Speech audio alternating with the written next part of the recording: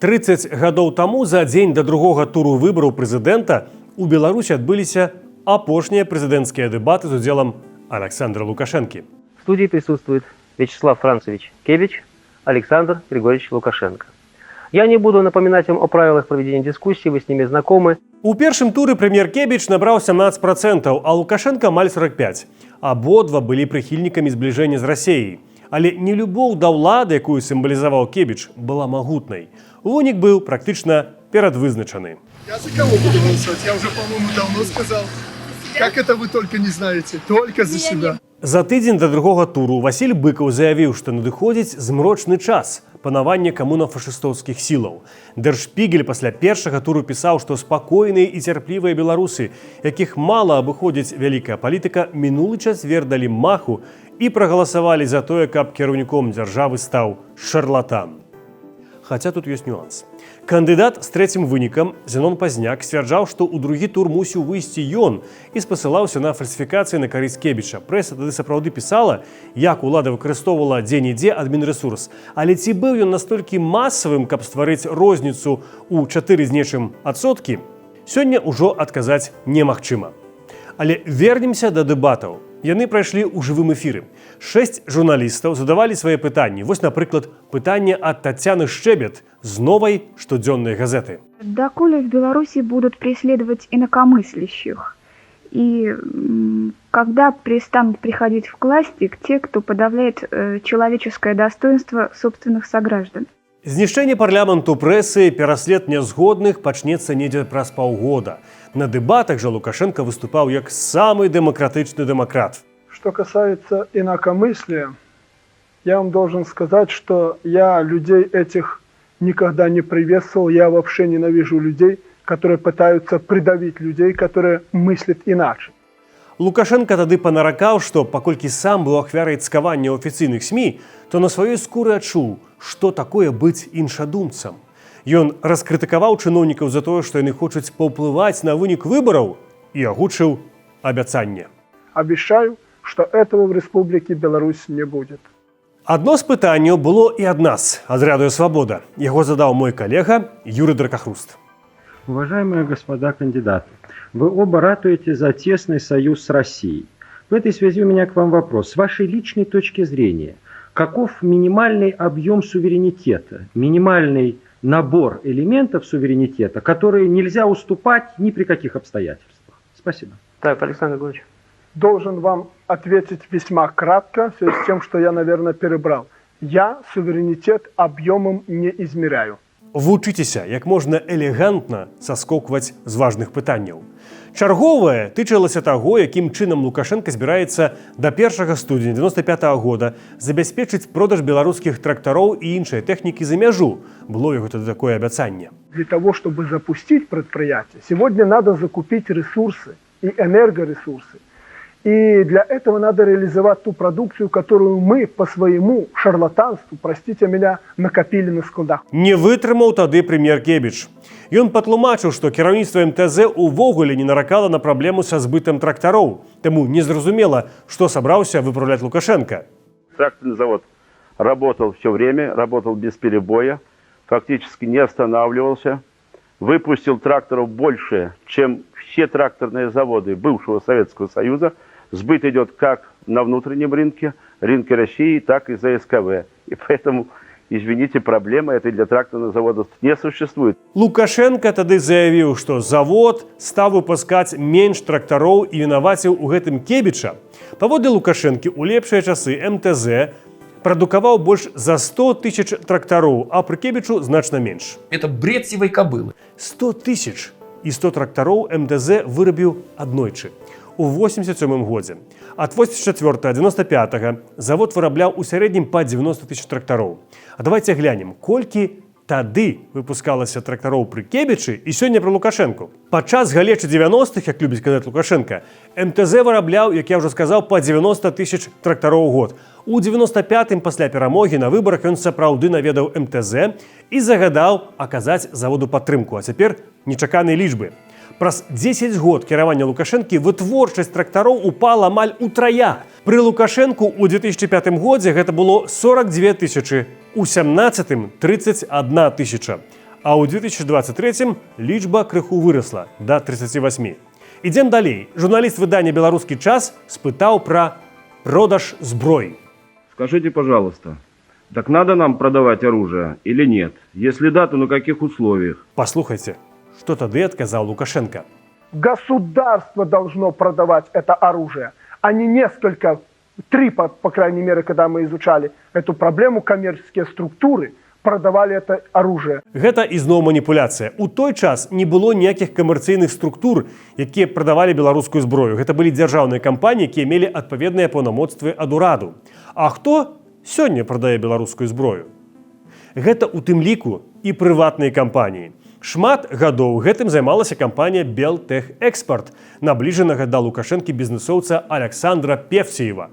Гэта прыватныя кампаніі, Тетраэдр, якая робіць і мадэрнізуе СПА. Гэта прыватная кампанія Кідматэк, якая займаецца стралковай зброяй. І не толькі. Беларусь знаходзіцца ў топ-25 найбуйнейшых сусветных экспартэраў зброі і адначасова стала адным з 40 найважнейшых яе пакупнікоў. Пра гэта сведчаць звесткі новага даклада Стакгольмскага міжнароднага інстытута даследавання праблем міру, або коротка СІПРІ. Было на тых дэбатах і пытанне пра прэсу, якой не павінна быць і ці павінна ўплываць на яе дзяржава. Я считаю, пресса должна быть независимой, а поддерживать ее надо одной строкой в бюджете. Записали поддержку по таким-таким критериям народной, советской, Беларуси и прочим. И точка. И редактор не должен ходить ни к председателю Совмина, ни к президенту. Праз 2 месяцы пасля выбараў Лукашенко прызначыў кіраўніком дзяржтэлерадыёкампаніі Рыгора Кісяля, сябра свайго выбарчага штабу. А ў 2000-е ён узначальваў АНТ. З 2001 па 4 гады Белтэлерадыёкампанію узначальваў Ягор Рыбакоў, таксама былы прадстаўнік выбарчага штабу Лукашэнкі. Пазней яго судзілі за карупцыю, але ў выніку Лукашенко яго памілаваў, і ён выйшаў з турмы на 3 гады раней. Што сёння уяўляе сабой дзяржаўная тэлевізія ў Беларусі, вы і самі ведаеце. А посмотрите на рожу. Рожу подлую, рожу грязную, рожу скотскую. Да рэчы, пра карупцыю, якая і вынесла на паверхню Лукашэнку ў 94 годзе. На дэбатах у яго спыталіся, калі ён супраць карупцыі, як тады патлумачыць, што ён збіраецца ўмешвацца ў эканоміку, калі гэта і ёсць адна з прычын карупцыі. Когда государство, а государство это правительство, это чиновник, чрезмерно начинает вмешиваться в экономику, это действительно является одной из причин коррупции. Тут ніякіх сучасных цытатаў не трэба. Умешванне чыноўнікаў у эканоміку – гэта дагэтуль адна з асноўных фішак Лукашэнкі. Асноўная апазіцыйная сіла ў той час, Беларускі народны фронт, заклікаў тады не прыходзіць на выбары, каб яны проста не адбыліся. Яўка была меншая на 8%, чым у першым туры, але ўсё роўна гіганцкай – 70%. Калі ў першым туры Лукашенко набраў амаль 45%, то цяпер 80%. Прычына была зразумелая. Людзі не хацелі дапусціць да ўлады Кебіча і галасавалі, як лічылі, за меншае зло, нават прыхільнікі Пазняка за Лукашэнку.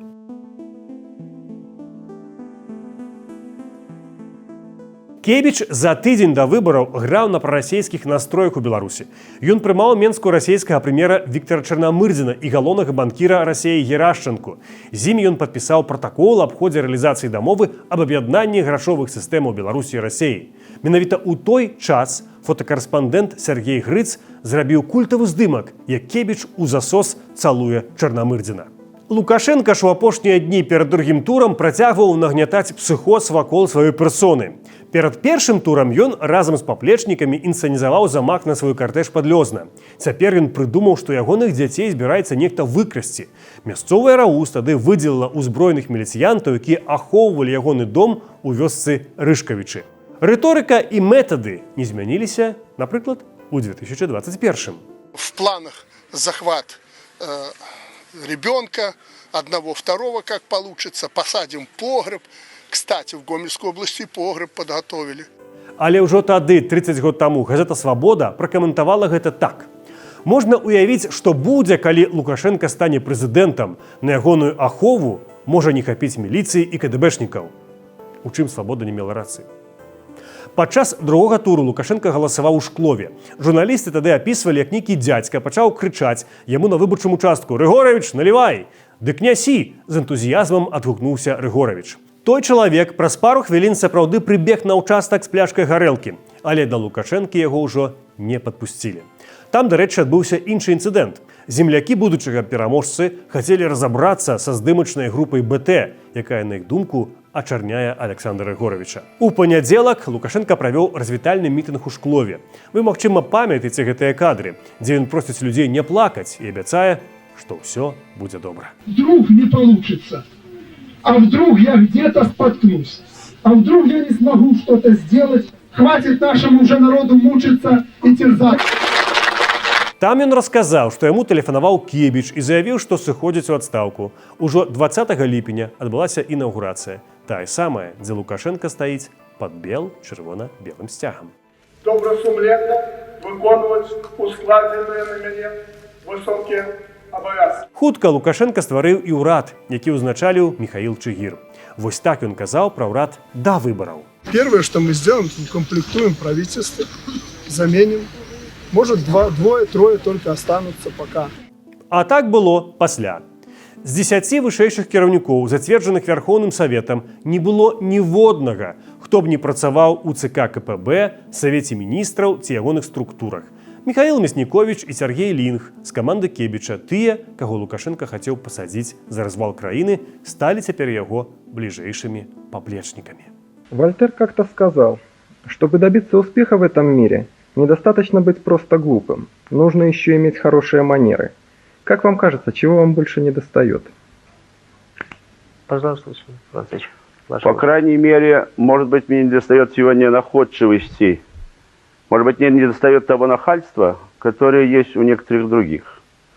А что касается глупости, это дело судить другим, но не мне. Спасибо. Вы сэкономили минуту 15 еще. Пожалуйста, Александр Григорьевич. Я так понял, что и нахальства, и настойчивости у Лукашенко должно хватать. Пусть будет так. Спасибо. А вось на абвяржэнне гэтага абяцання мы фактаў не знайшлі.